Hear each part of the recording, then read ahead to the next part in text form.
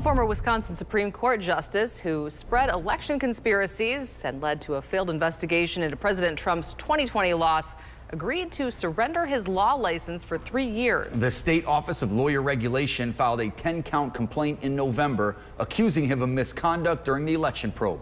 CBS 58's Catherine Merck talked to a legal expert about what this means for the future of this case, and she joins us now live in studio. Catherine. Jessup and Natalie, good evening. It'll now be up to the Supreme Court, who are some of Gableman's former colleagues, to determine the fate of his legal career.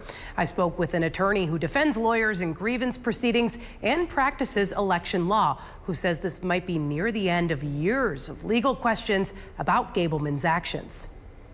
We could be seeing this ending within months instead of years now. Under the deal filed on Monday, Michael Gableman said that he cannot successfully defend against the allegations of misconduct, agreeing to a 3-year suspension.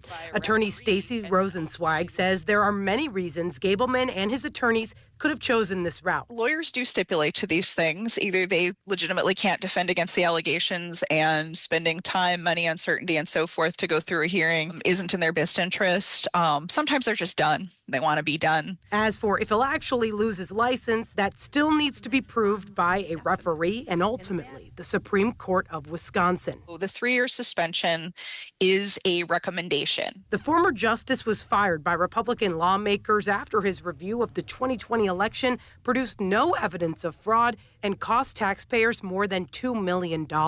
Attorneys from the liberal law firm Law Forward requested sanctions against Gableman in 2023.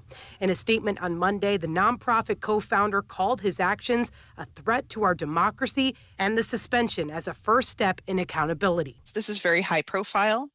The aftermath of the 2020 election was very loud, very in public. As this case goes on, Rosenzweig says the stipulation could get Gableman closer to some form of legal discipline, though he won't have much of a say in the matter. Some lawyers very much don't want to stipulate to these things. They want their day in court, so to speak, and they disagree vehemently with what has been alleged, and they're entitled to a defense. So that he's waiving his ability to put on a robust defense is kind of interesting.